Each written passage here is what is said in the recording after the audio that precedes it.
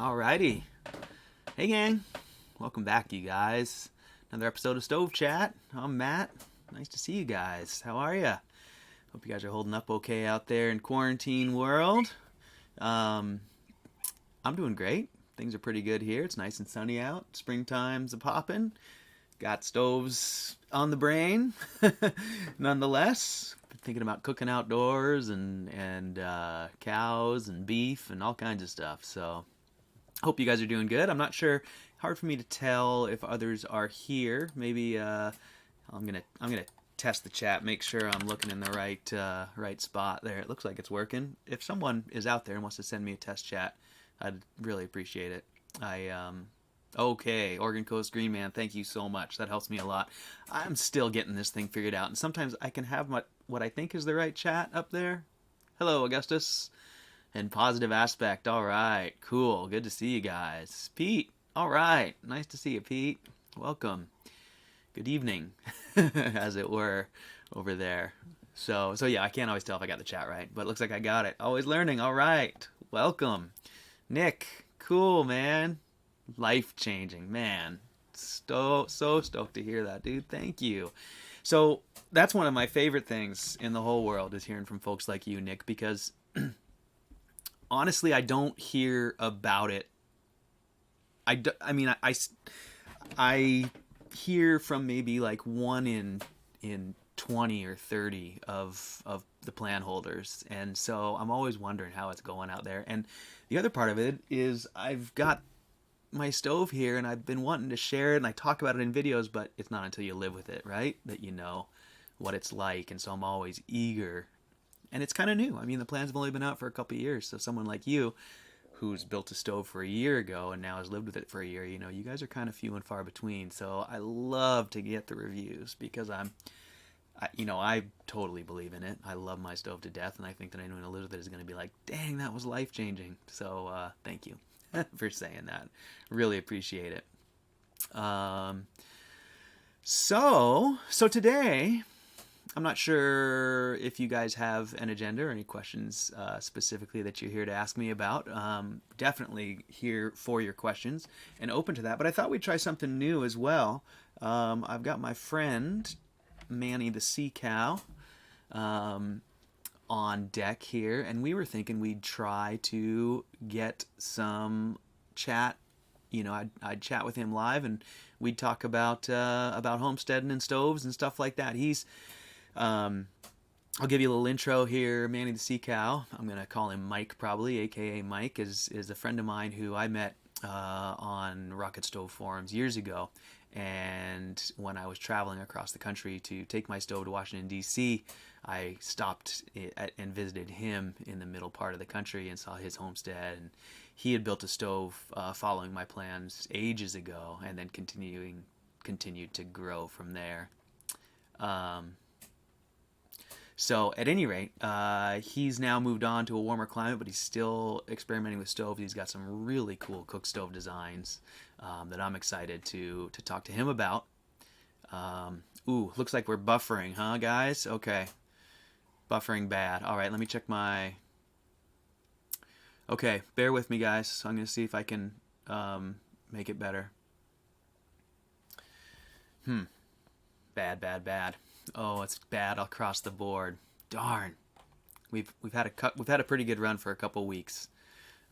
So bear with me. I might stop and restart again if it continues.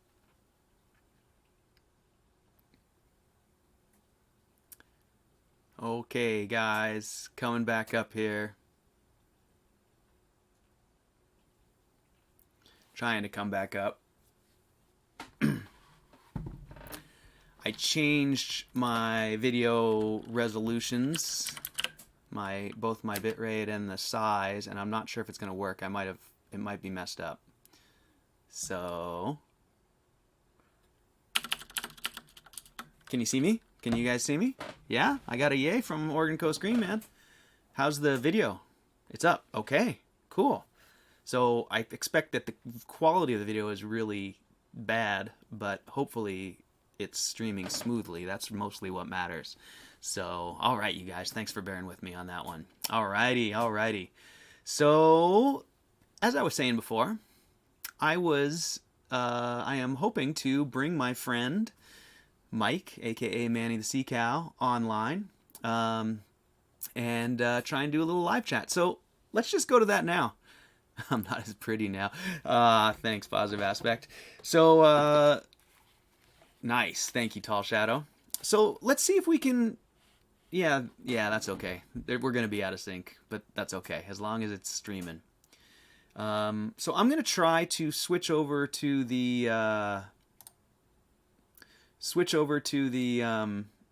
chat here, and we'll see if I can make it work. I'm not 100% sure that I can make this work, but I'm going to try.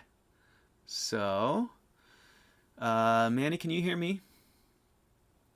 Yeah, I can't hear you. So I got to figure out how to make that work, first of all. So hold on, guys. Bear with me.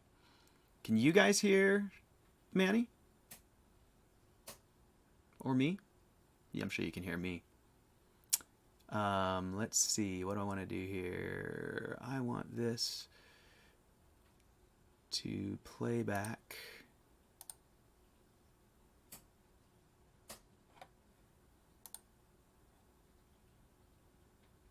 Sorry, guys.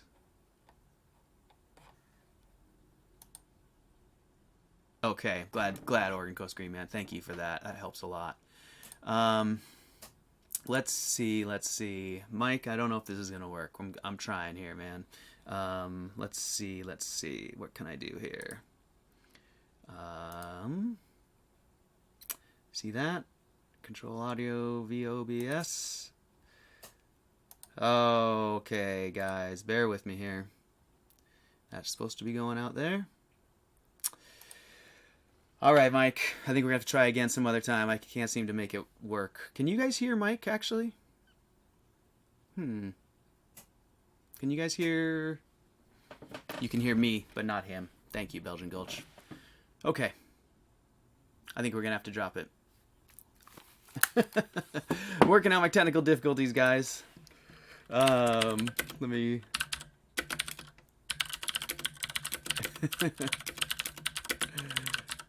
I'll have to work on that. Yeah, there you are. Okay, cool. Thanks, man. I'll have to work on that. You know, it's interesting. It's like it's showing up. I could hear you in my speakers, but I can't get it to switch over to stream to the stream.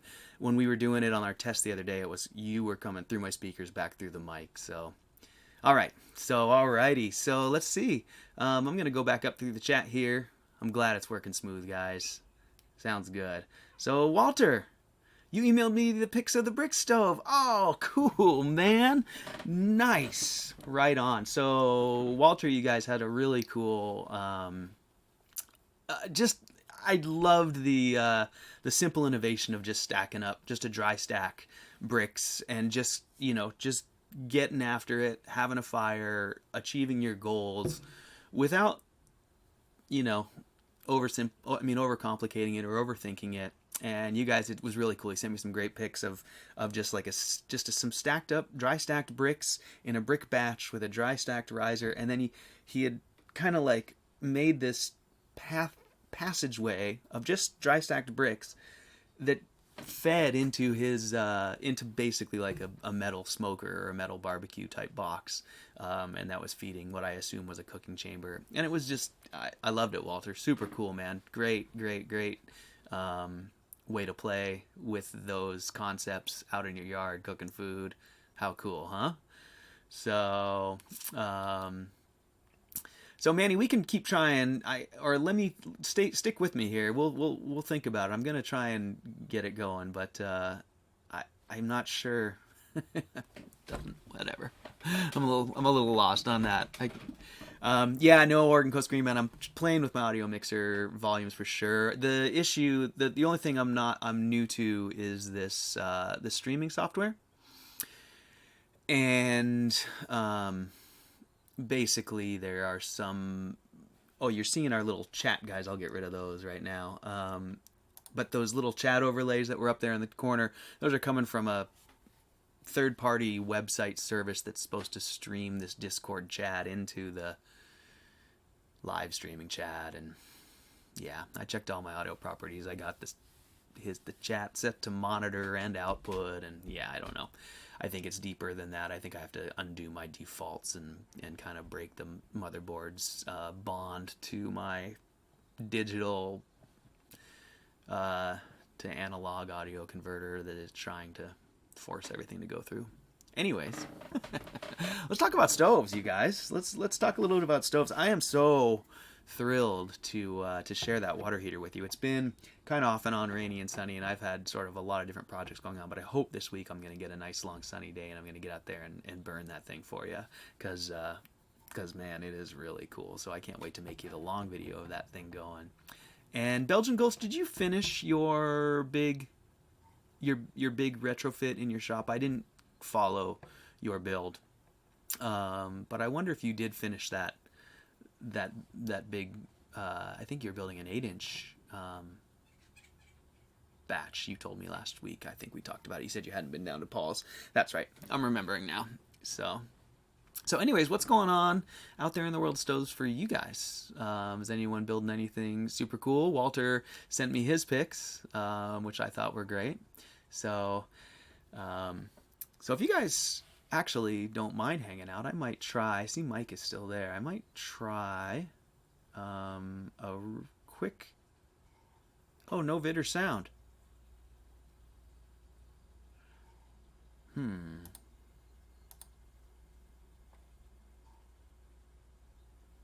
I hope it's still working, Nick. I dropped off for a second. I came back. Maybe, I don't know if you're picking up on the old stream. I had to refresh right after we started, so maybe you missed that. But Walter, are you guys still seeing me? I'm sorry, you guys. I've got terrible internet up here, like I told you before, and I'm trying my best to make it work. So let's see. Let's talk about some of the questions I've been getting lately, you guys, about stoves. I want to talk a little bit about cook stoves and mass heaters and options for differences. Okay, cool. Thanks, Belgian Gulch. Why you might choose one over the other. I've heard some people getting mixed messages about cook stoves being heaters. And so I just wanted to clarify that in my opinion, the designs that I make, the cook stove designs here, I think they're fabulous heaters. I think they're every bit as good a space heater as a rocket stove with a barrel. I really feel like the glass top cranks that heat out. So I got that question just yesterday again, and I just wanted to reiterate that I don't make those cook stoves compromise in any way as heating units. I think they just make wonderful heat for the house. So Nick, did you get back online here? Are you able to see us and hear us? I hope you are. So I'm going to go into my settings here real quick, you guys. I'm going to check out my my audio stuff here and see if I can input there, output there. I wonder if I can change that to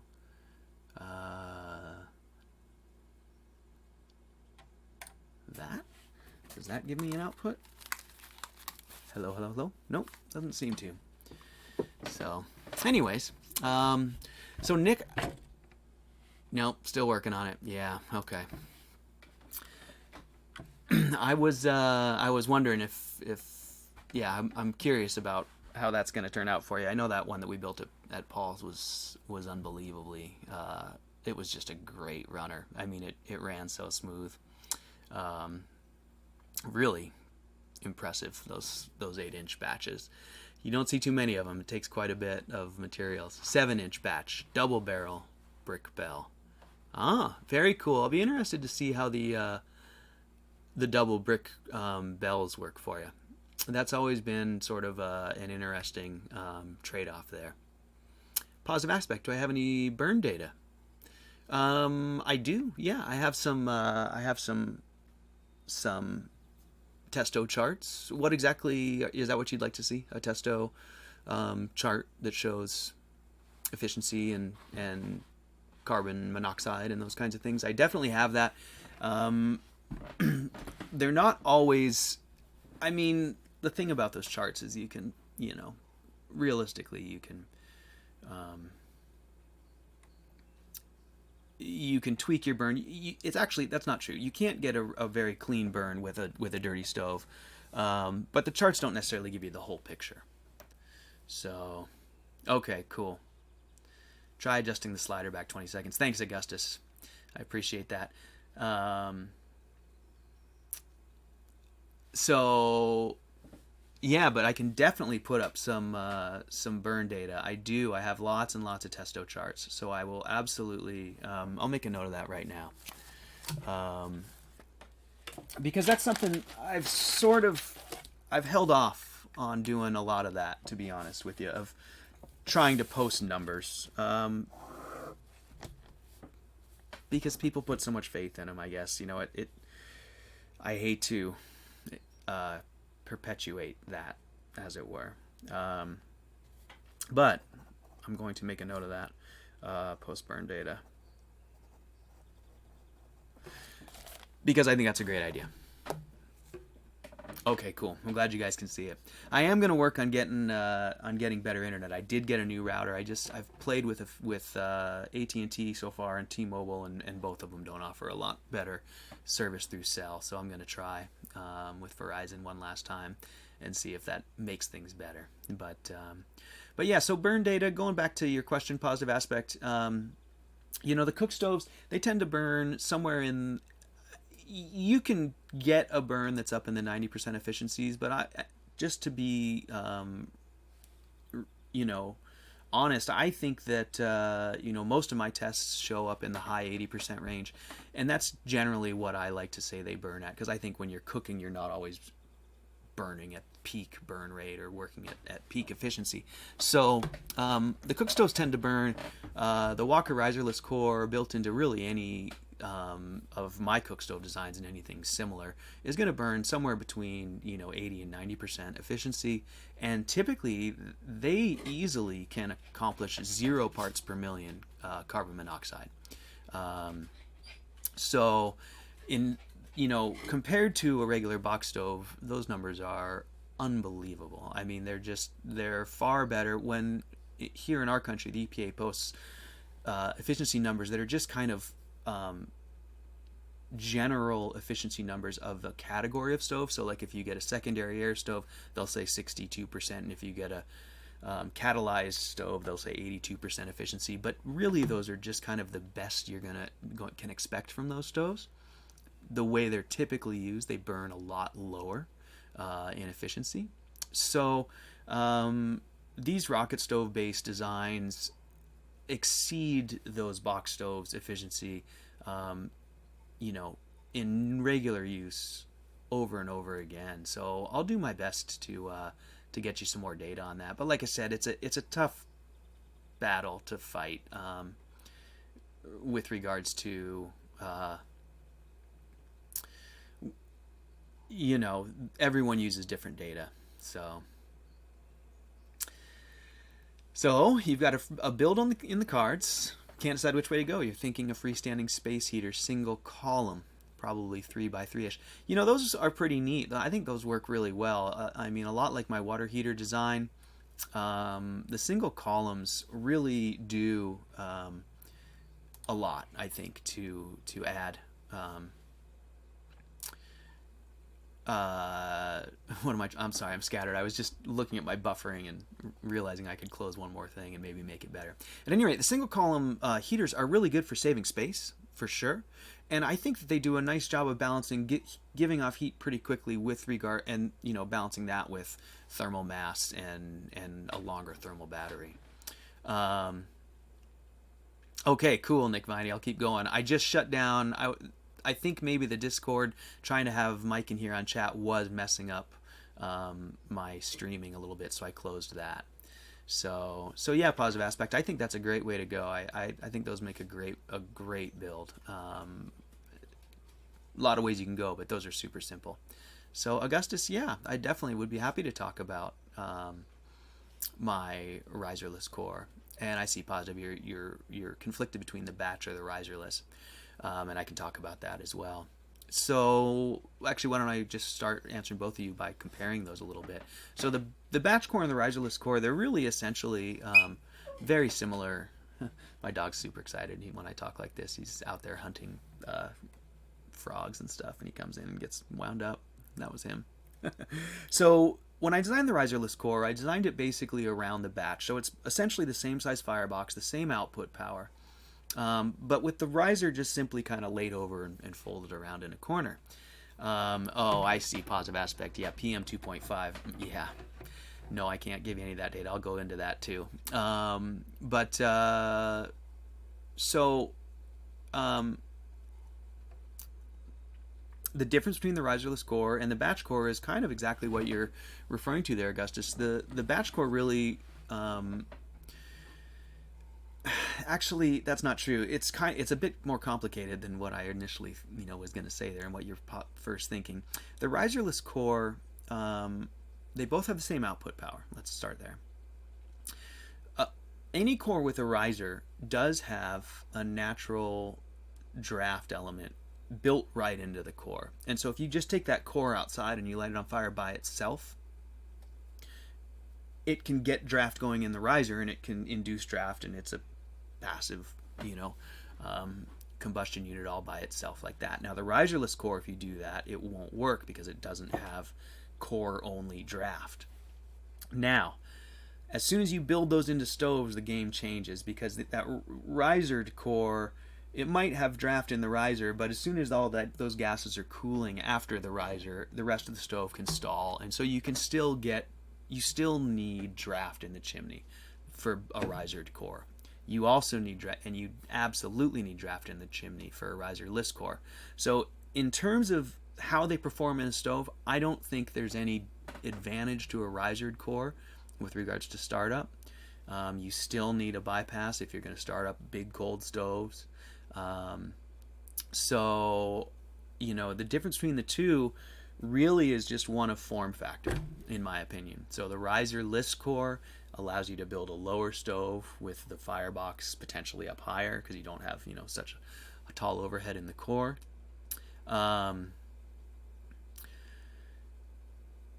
Yeah, I hope you guys can hear me, first of all, but I hope that that's the beginning of answering your question. The riserless design does get all its draft from the chimney, but I would argue that so does the riser design when they are built into a stove. They absolutely require draft in the chimney, and without draft in the chimney, it doesn't matter if you're generating draft in the riser. I believe that old myth of rocket stoves pushing, that's bullshit. Excuse me, BS. I don't know if I'm allowed to swear. I forgot. I think I'm not supposed to. But they don't push. There's no pressure difference between the front and the back unless it's externally induced. So I think that the riserless core and the risered core really perform about the same with regards to draft. So going back up to positive aspect and talking about burn data, 2.5, the parts per million. So now you're talking about particulate, and that is a totally different conversation. So one group of tests test combustion, efficiency, products of combustion, gases, off gases. Parts per million is really the dust, right, that blows through the stove. And it is, you could argue, a product of combustion, but it's more a product of draft and sort of volatility within the system, not air pressure volatility, I guess. And so rocket stoves actually do really well on PM. Most of our newer designs, like my cook stoves, have the air going up over the wood, so you're not blowing through the ash train. There's also usually a lot of thermal mass and lower gas velocity areas for particulate to precipitate out. So the data that we do have from stoves like mine on particulate is that they're excellent and that they would pass most emissions, but unfortunately particulate monitoring devices are incredibly expensive for ones that are suitable to use in a burning stove. The add-on piece for my testo is $10,000. So I don't have any PM data on mine. I have efficiency and carbon monoxide and all the gases and stuff like that, but no particulate. So I apologize for that. So I'm going to go back up and try and catch up. Burnt out the secondary intake on the tiny cook stove, but still running great. Yeah, Nick, exactly. So, and I think that once you lived with it for a little while, you realize, I've been talking about my RA330, my permanent long-term solution to the secondary air, and I love it. But replacing one every year isn't that big a deal either. So, I just consider it a part of normal maintenance. And if you do want to upgrade to the permanent one, hit me up if you don't know the info, and I'll give you all the details. But yeah, I think it's no big deal. They do burn out, but man, the stoves are just great. So I think it's worth that little bit of fixing. So always learning. Your interest is in different thermal mass for different foods and heating requirements: fast, hot, low, slow. Thinking of channeling the primary box heat to and for different uses.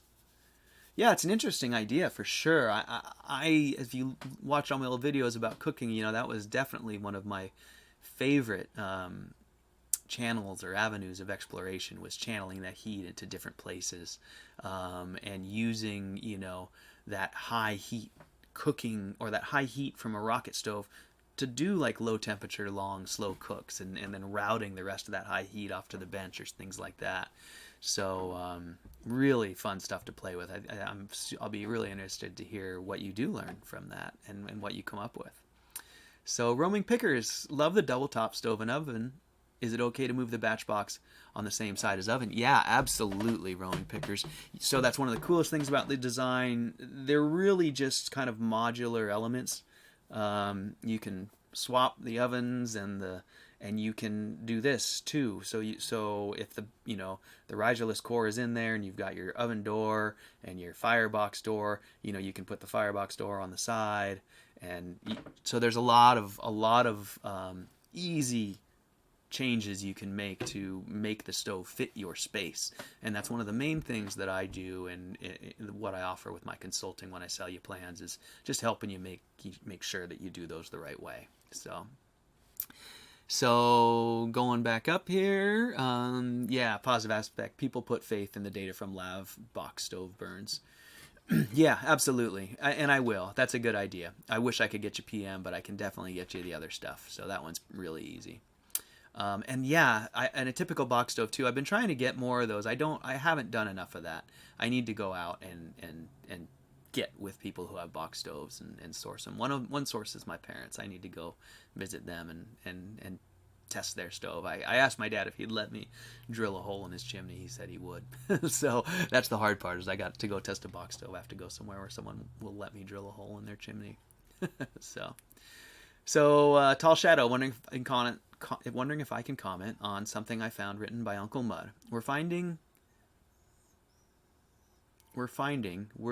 talking with Kirk, talking with Donkey, and Ray Cerno and the Wisners, that the gas being much cooler after the mass, it takes up a much smaller volume. Sorry, my dog is having he's having a lot of fun there. So the mass can take up a much smaller volume, and we can go to a smaller CSA at that point. It helps withdraw and keeping more heat in the final chimney. Yeah, I don't agree. I don't think that that idea of flue pressure, I think is problematic. I've had the opposite experience personally. I feel like the less gases it's really hard to say. I mean, I imagine if Uncle Mud and I were sitting down and talking, we'd probably be able to come to an understanding, but it's really hard. I don't want to comment too much on those comments like that. It could be taken a little bit out of context, or maybe I'm not getting all of his meaning. But my experience, I'll just tell you right now, my experience is that in an upward channel like a chimney, the larger that opening is, the more draft you create at the front end. So if I started with a 6-inch chimney and my regular primary and secondary air, it doesn't matter what the temperature is here, just because it's cool. If it was 100 degrees gas or 200 degrees gas, I don't want a smaller chimney because my gas is cooler. That makes zero sense.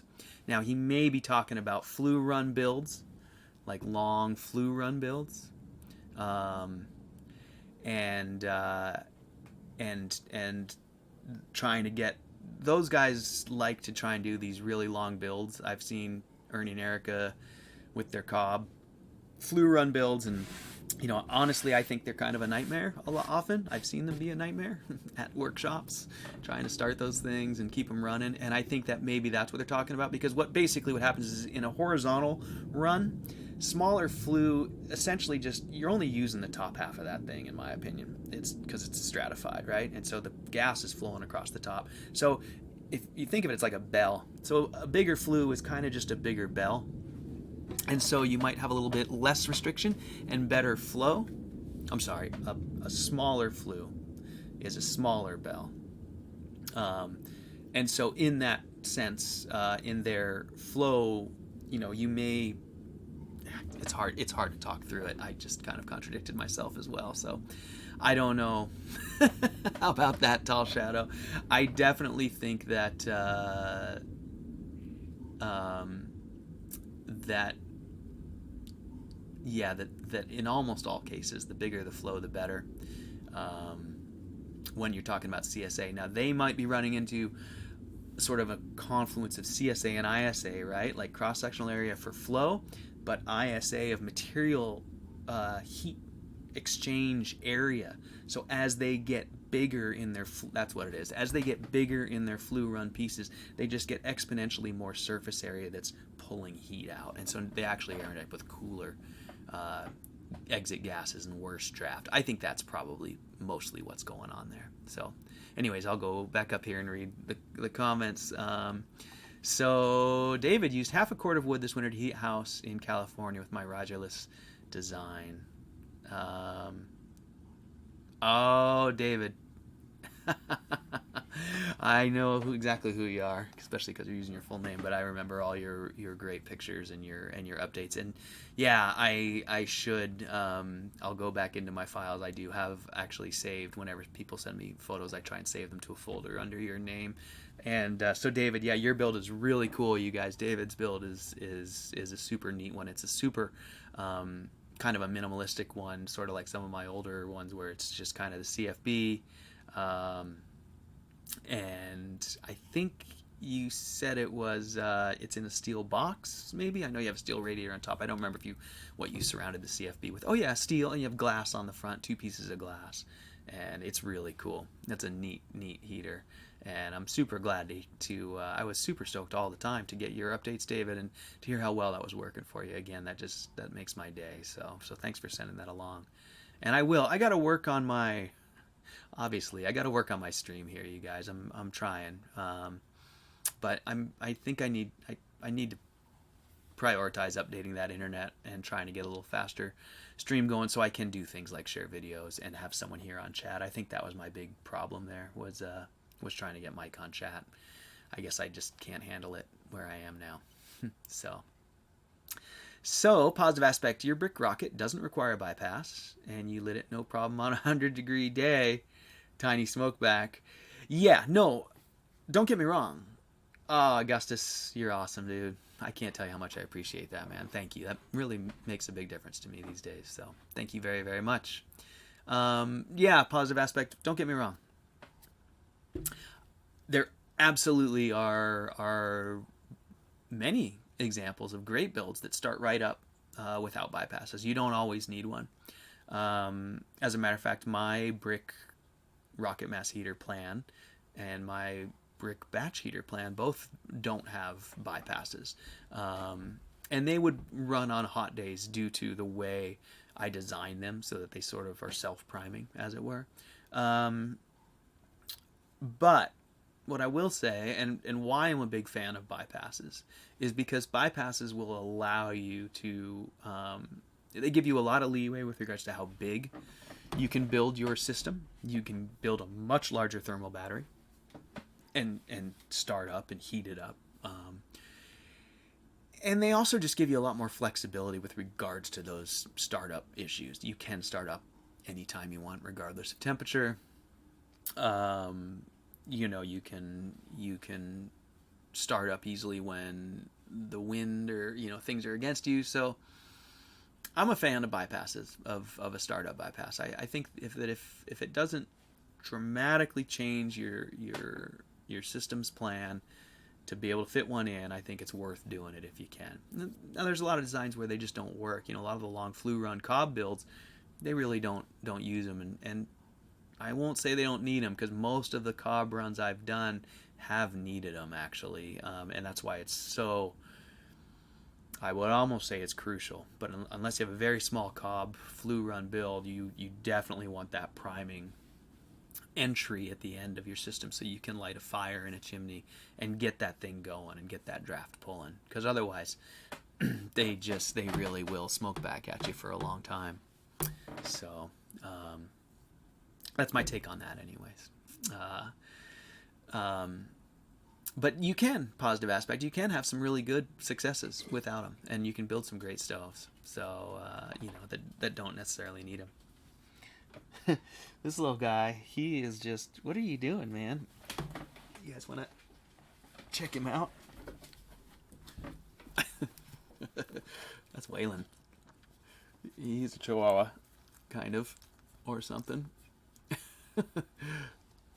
And he's not super comfortable in this position, but he's okay.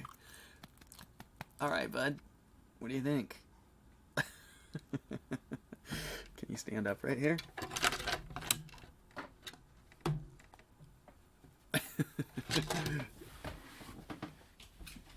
All right. Sorry, guys. Little puppy little puppy break there. So he's all wet. He's been running around in the ponds. So let's see.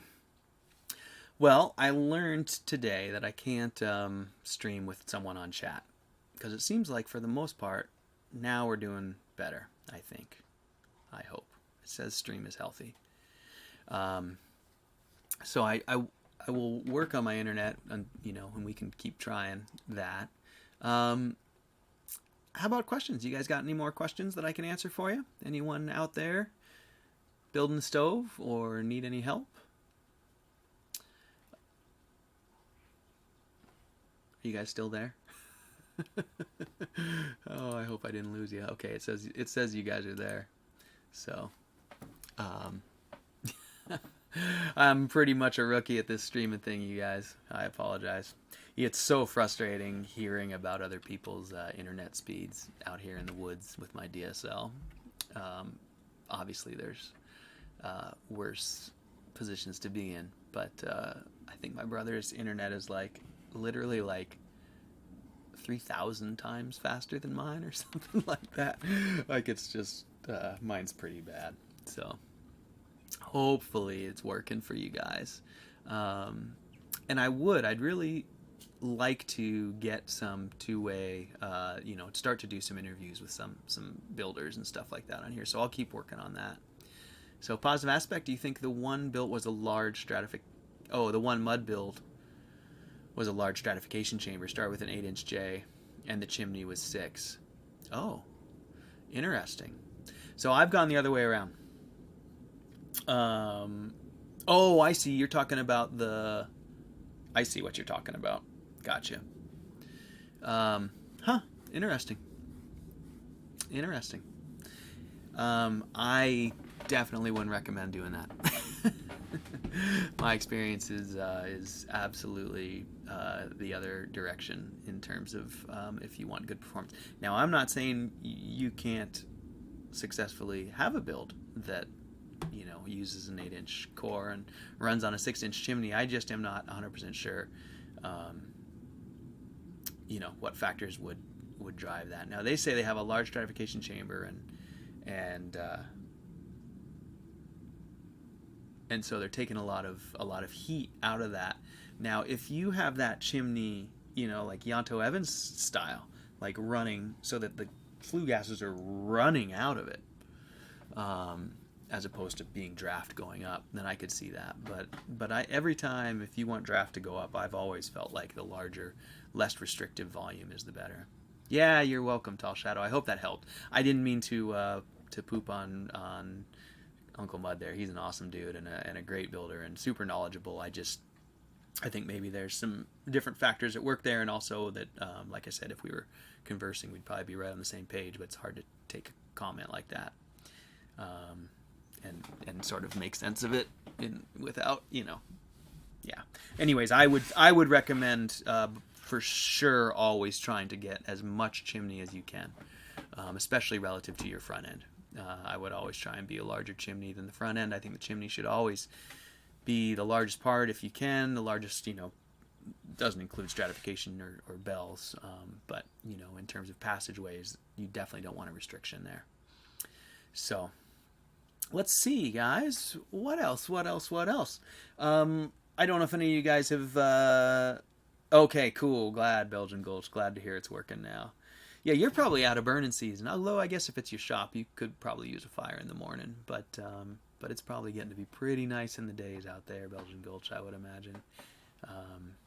Although you're probably in that spring craziness, bouncing between snow and sun. So David Swanson, yeah, 1-inch CFB warm to the touch on the outside. Exactly. So, I've found that 1-inch thickness is just about ideal. I mean, 2 inches, obviously more the merrier, but it's just more expensive and harder to work with, and you grow in footprint. But that 1-inch CFB, man, it is unbelievable, right? Like it can just be raging on the inside. It won't stay cool outside forever, but it will do a really good job of moderating those temperatures, and it allows you to use materials that you otherwise wouldn't be able to use anywhere near the fire. Like my aluminum series, that aluminum wouldn't work in a regular stove, but it works fine in that super hot rocket stove because of that CFB. So pretty incredible material. It's definitely a game changer, and I'm so glad that people around the world are starting to realize that and embrace it, because it is. It's really, really neat. So. Oh, okay, Dan. I didn't get you. I knew I had seen your username, and I knew that you were in Australia, but I hadn't connected you with the Dan with the granite top brick J. Cool, man. Yeah, I totally remember you working that one out. That's awesome. Glad to hear it. Yeah, you had a lot of mass in that thing, if I remember correctly. That one. You had a lot of granite going there. I'm curious about the granite too. I don't know if you care to share, but how's it work for you? Is it it hasn't started cracking or anything, has it? I've heard that it isn't great with thermal expansion, but it's super dense, right? It's got a ton of thermal mass. So I've had people ask me, and I've usually, just from looking at the charts, I've usually cautioned against granite. I mean, if you have it, I think maybe you and I had the same conversation, I don't recall. If it's what you got on hand, it's awesome. But I don't have a lot of experience with it, and I've heard that it's brittle in the heat cycling. But I'd love to hear more if you got any input on that. So, looks like my video output is low again. Huh. Darn. Well, I don't know if you guys can hear me. We've been going for 45 minutes though, so maybe that's enough of this staggering stream. I'm going to keep trying. I'll definitely come back next week and I'll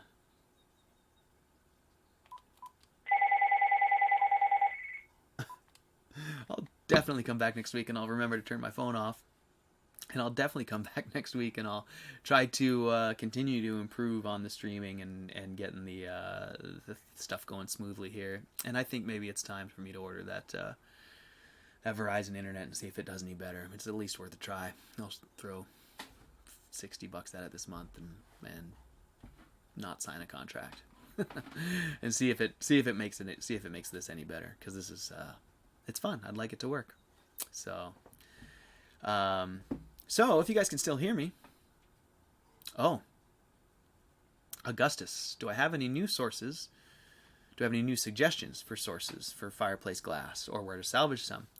Augustus, my best suggestion if you want new fireplace glass is eBay. I've had really good luck there. I usually search for ceramic glass, or the brand that I typically use is Robax, Robax. Now that's for the glass, kind of that orangey pink glass. The ceramic glass on the tops of my stoves I salvage from the old stoves. And it also is ceramic glass, and it usually has the brand name Ceram, Ceram. So eBay is a great place. Old stoves you can find in old scrap yards, but those are my best sources for those things. Now you can go right to the source. The company is called Schott, Schott.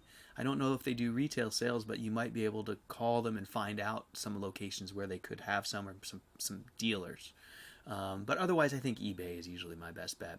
Salvage-wise, scrap yards, old fireplace inserts, and fireplace doors, those things work great. So, always learning. RA330 is from a company called Rolled Alloys. That's what the RA stands for. Rolled Alloys, and their website is rolledalloys.com. And you can buy it. You can buy, what I use is the 2-inch Schedule 40 RA330 pipe. And you can buy it in 8-inch or 6-inch lengths from them, and they'll cut it and ship it to you. So it's great. So, Marie Waters, I will talk tiny. How small is still viable? Ooh, it's a tough question. I mean, so there it is, right there.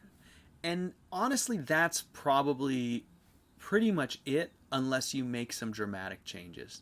Now, you could do away with the bottom part. It can be about 15 inches tall instead of 36 or whatever. And some people do that and set it on their hearth and use it in front of their fireplace. You could do away with the bricks and you could put a metal skin around it, and then it could be about 8 inches smaller in all directions, so maybe 32 inches square, but then you wouldn't have it. It wouldn't be a heater at all. It would only be a cooker because you'd have no thermal mass. But really, I think that for most practical applications, that's about as small as you'd ever want to go. Now, I get this question a lot, Marie, and here's what I would like to say to people who are always, hoping to make the tiny cook stove smaller. Here's the thing. They're mass heaters. They're rocket mass heaters. Even the cook stove is a rocket mass heater. So in order for it to heat your house, it needs thermal mass. It has to weigh a lot. In the case of that tiny stove, it weighs about a ton. And any less than that, and honestly, you should really just get a box stove, in my opinion. Rocket stoves without mass are very, very, very inefficient. They burn efficiently, but there's no way to store that heat, so you're just going to overheat and then be cold and overheat and then be cold. A rocket stove without mass, there's a few applications where they're fun to use, like I like to use them for cooking outside and things like that, but for the most part I don't recommend it. So I think that the tiny stove at that size is about as tiny as you can get. Now if you have a special situation and you're like, but I need it 3 inches smaller, we can probably do that with some tweaking. But to try and make it much, much, much, much, much smaller is in my opinion, a mistake. So I hope that answers your question. I hope it's not too disappointing. I know people always want them very, very small. But again, I'll just reiterate, I don't think a rocket stove is the right tool for a super, super small space. They don't work when you shrink down. The core is much smaller than a 6-inch chimney. They don't work very well. And without mass, they're not very good heaters. So going back to the chat here, Augustus, did I make the nice square cut in my stove door with a CNC machine? I did. Yes. So you may have seen my old video of my CNC machine called a Maslow. It's a flatbed CNC scanner that hangs vertically, and it has a router on chains that works like a pen plotter. And yeah, I used that to cut my aluminum, and it definitely helped. I'm okay at fabricating and fitting, but my attention to detail isn't the best. So positive aspect, can I drop your 6-inch J to 4-inch for outdoor cooking? Oh yeah, you can do that, positive aspect. It works okay. That was actually one of the things I was excited to have Mike on here, Manny the Sea Cow, on here about, because he's done a lot of cooking with small 4-inch J's, and he could give you a better answer. My opinion is that I'd still probably build a 6-inch if it were me. Just because the fuel format, the firebox in a 4-inch gets ridiculously small, and your fuel format gets ridiculously small. It gets hard to sustain the fire, hard to light it, hard to sustain it, because your fuel is all so small. And then anything bigger doesn't really work. You only have one piece in there. So even though they seem, I mean, you might experiment with it and see what you think for yourself. They do work. But I'm not convinced that a 6-inch isn't a better choice unless you're absolutely limited by space. Or if all you got is scraps of CFB and you can just build a 4-inch, I mean, by all means, play with it. But I don't think it's a great solution for a real workhorse of any kind. Tall Shadow says, should it be a standard practice for a CFB core to be seasoned first? No. No, I don't think so, Tall Shadow. As a matter of fact, I actually think kind of the opposite. Because when they're built into a build, hopefully there's elements in place that will hold everything in place. And so it can go through that curing process. And it'll just kind of cure.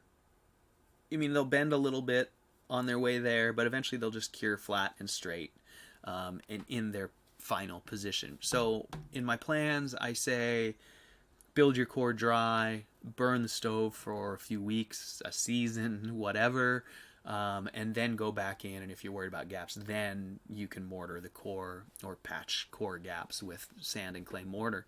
But I think it's worth waiting through the first few burns before doing that. And I also don't think it's the reason I say this is because it's really difficult to cure those boards completely without having them in a rocket stove, because they won't cure until they're, and I'm guessing here, but they won't cure until they're, real, like 1,000 degrees or something really hot. Like, you won't be able to cure them in a regular fire. So I think that the best thing to do is just immobilize them within your build, which is usually how they are. The only exception is sometimes the risers. You saw my tinfoil attempt, so that you can't do just that. Tinfoil makes a great seal, but if I were going to do that again, if the riser doesn't have something to contain it, and the riser isn't cured, I would use baling wire or plumber's tape and just strap it together. That's all it needs. Just immobilize it. Then when you burn it in the first few weeks of burning, it'll cure all the way through and stabilize, and I think that's the best way to go. So especially in like a cob build, man, cover it with mud. It'll be fine. It'll cure. It'll wiggle in there, and then it'll cure just fine. So I mean that's my opinion at this time, and it's mostly because I've never found a better way to cure them than just by building them into your stove and then curing as built. I try to do it. I've tried to hold them over the risers, and they get tons of bow to them, and it's hard to cure the other side. And so yeah. So you had one small crack between the feed and the front of the stove, and you put a metal P channel in, and that seemed to cool the area. Okay, cool, positive aspect. You're talking about the granite. Excellent. That's what I thought. I don't think cracks are a big deal. People who haven't done much building sort of agonize over the idea of cracks, but in practice, they usually don't do much, right? They just kind of sit there and don't move other than cracking. So David Swanson got your door glass off eBay. So Augustus, I think maybe you asked me. Yeah, Augustus asked about the glass. So there's another vote for eBay. eBay's not great for most stuff, but when it comes to fireplace glass, it's a good place to find that. So, and Belgian Gold's still frosting in the morning, 60s in the day. Yeah, you live in a nice place there, man. That's a nice climate. So other questions, folks? You guys, is there more I can talk to you about? Seems like we've been going for about an hour. I got a stream as healthy. All my other ones say bad, but this one says good. So it sounds like we're doing good. So we finally normalized here anyways. So more questions, guys, that I can answer for you? Or should we call it a day for this one and come back next week? What do you think? I hope the time's working out good for you. I picked... I'm seeing my stray hairs flying around there everywhere. They're bothering me. I picked, sort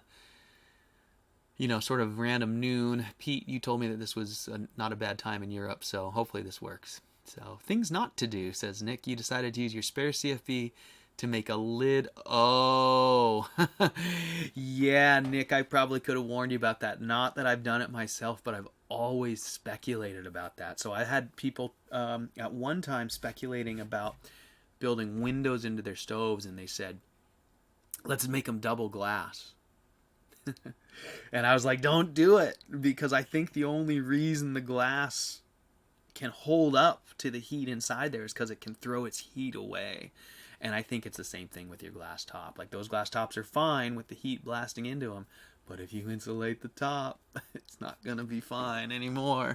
So yeah, be careful. So I have seen people cover the tops though, Nick, and this might be something you might think about. I've seen people use like a almost like a barbecue lid, you know, like a domed metal top, and they had a smaller cooktop. It was built into a tiny stove, but it wasn't a huge, the whole thing wasn't a glass top. They had used like a smaller, I think maybe it was even cast iron now that I think about it, but then they had like a cast iron, you know, kind of dome over it, and in that way they were able to sort of push heat downstream. So, oh, good, Marie. I'm glad that helped. You know, I know it's disappointing and people really want to make them as small as possible, but it's important to understand sort of all the compromises involved. And I have no problem telling people to buy box stoves when they're the right tools for the job. And I think it's one of the big things I sometimes get frustrated with the rocket stove world is people take sides on box stoves and rocket stoves. And you know, there's a lot of different tools out there, and there are some great box stoves. They're not all garbage. There's some great ones that burn pretty much as probably cleaner than most Cobb rocket stoves, to be totally honest. And in the right space, they're the right choice. So as much as I believe in our technology, I don't think it's always the magic bullet. So I'm glad. Thank you for letting me know that that's helpful. So David, riserless 8-inch CFB is 18 inches wide and 20 inches deep, 24 inches high, radiator on top, has fan to heat the house.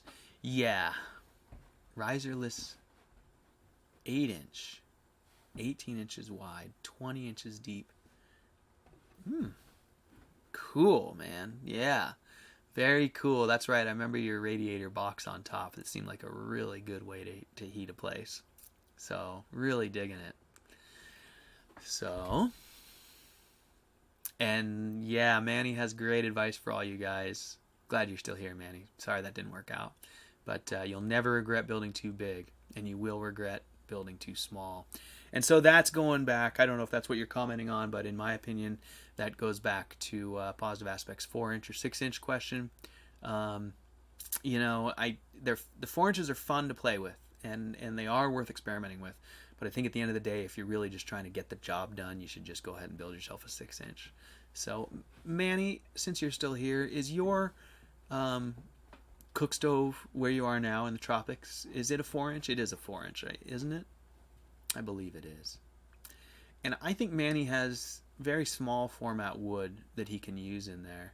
I think he's splitting bamboo, and so he's able to use really, really, you know, fuel that's able to be packed in tightly together, which I think is the biggest issue with a 4-inch, is that it's just hard to get enough fuel in there most of the time. So, but Manny, if you care to comment on that, I'd love to hear it. I'm sorry that we couldn't do it live. And I know I've got a lot of delay, so I'll be patient. So I hope you guys are holding up okay in the quarantine and all that. I've been having a pretty good time getting to focus on my homestead again. It's been a long time. So I've been moving the cows and getting ready to slaughter a couple cows. You know, there's a little bit of a food shortage going on, it seems like. So I'm happy to at least have access to the cows. So, and yeah, David, your 1-inch CFB riserless did not warp during cure. Cool. Yeah, that's right. So if you build it into the stove core, usually the shape of the core is kind of self-locking, and it should isolate everything and keep it from getting too warped. And they do. They end up curing straight. So and Nick says, things got crazy hot very quickly, talking about putting insulation over the glass top. Things got crazy hot very quickly with a toxic stench, which hung for days, and luckily glass didn't crack. Yeah. Yeah. Well, now you know, live and learn, and I'm glad that to get your input on that, because I definitely thought that would be a bad idea, but I've never experienced it, so it's interesting to hear for sure. So all right, guys, it's been about an hour. I think that's probably enough for today.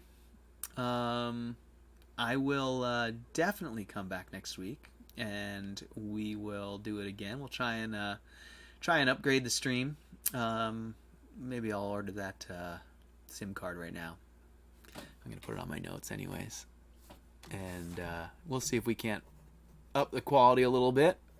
But I really appreciate you guys, man. Having you guys here and getting to chat with you guys and talk about stoves is awesome. And so as I work up to this, hopefully we'll be able to share videos and pictures and things like that. But I really appreciate you guys all being here, and come back next week. I'll do it at the same time. Let's just stick with it, noon on Wednesday. And man, thank you guys so much for just being a part of this. It's super cool, and I really appreciate all your support. Tell me what I can share with you next. Let's keep moving this thing forward. We need to get some cleaner burning out there. So now's a great time. We got everyone home thinking about sustainability. So now, super 100. Hello, hello, hello. Nice to see you in Germany. I'm just getting ready to sign off here. And David Swanson says, riserless 8-inch gets so hot as to cause spalling of secondary earth in 20 hours. Found in canal scraps and no spalling after 100 hours. That's awesome. Cool, David. Glad to hear that. And positive aspect, you say you have to admit to use special glue to build your CFBJ. Burnt it a dozen times or so before it went into the build. No cracking or gaps. Very cool, positive aspect. That's great to hear. I actually have a couple caulks of that special glue, or a couple tubes of that special glue. And I've never used it. I never got around to buying, but that's interesting. You're able to burn that core by itself for a few times. Huh. Super cool. Yeah, Oregon Coast Green Man, thank you for being here, man, and I really appreciate all you guys. So, yeah, okay, cool, positive aspect. Yeah, I'm trying to pick up the whole world. It's tough, but it seems like noon my time we can get. I know Pete there, he's in Belgium, and he said it was like 11 p.m. his time, so 6 a.m. there, that works for you. It's 6 a.m. or something like that, maybe not 6 a.m., but 7 or 8 a.m. where Manny is. So I think we're doing pretty good. We're hitting most of the world. So I'll keep it the same for now. So next week, you guys, noon Wednesday, let's do it again, and save your questions. Let's have a big old round table next week and get our stove community going. All right, you guys. Thanks as always for listening and watching. I'm gonna sign off, and I'll see you next week. I'm gonna fire up my video. See you guys.